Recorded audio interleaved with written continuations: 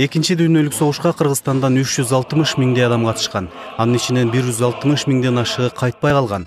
150 миңдейи орден жана медальдар менен сыйланган.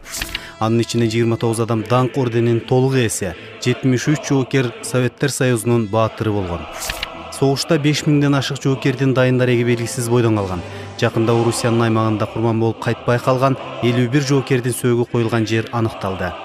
Ардагерлердин саны жыл өткөн сайын азайып келет. Кыргызстанда 2016 жылга карата алынган маалыматка караганда, алардын 821 гана калды. Ал эми тылда иштеген 3974, Ленинград блокадасында калган 30, канцлерде камалган 29 адам бар.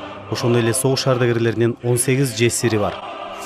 Учурда согуш ардагерлерине ай сайын 7000 сомдон компенсация, 3000 сомдон президенттик стипендия, буларга кошумча дагы 7000 сомдон кошумча стипендия берилет.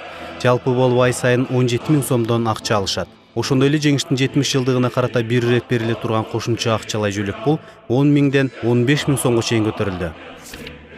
Экинчи дүйнөлүк согуш эки дүйнөлүк аскерий саясий коалициялардын согушу, адамзат тарыхындагы эң ири согуш болгон. Ал согушка 61 мамлекет катышкан. Ошол учурдагы жер шарындагы калктын 80% тартылган. Уруш 3 континенттин жеринде жана 4 океандын үстүндө жүргөн. Өзөктүк курал колдонулган жалгыз уруш ушул согуш.